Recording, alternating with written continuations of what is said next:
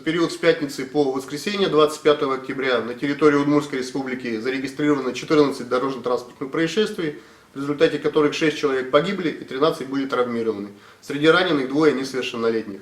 Так, в пятницу 23 октября на третьем километре автодороги Завьялово-Каменная 35-летний водитель автомобиля ВАЗ-2114 не справился с управлением и совершил наезд на стоящий автомобиль УАЗ.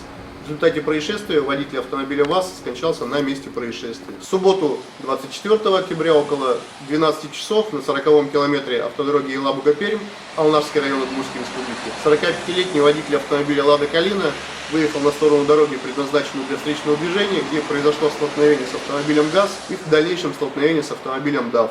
В результате происшествия водитель автомобиля Калина и два его пассажира, это мужчина 73 лет и женщина 66 лет, скончались на месте происшествия. Еще один пассажир автомобиля Калина, женщина 45 лет, доставлен в медицинское учреждение.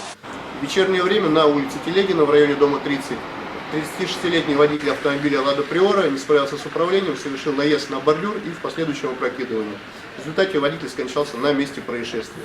И в воскресенье около 22 часов на улице Пихтина города Глазова 31-летний водитель автомобиля ВАЗ-2114 выехал на сторону дороги, предназначенную для встречного движения, где произошло столкновение с автомобилем ВАЗ-2107.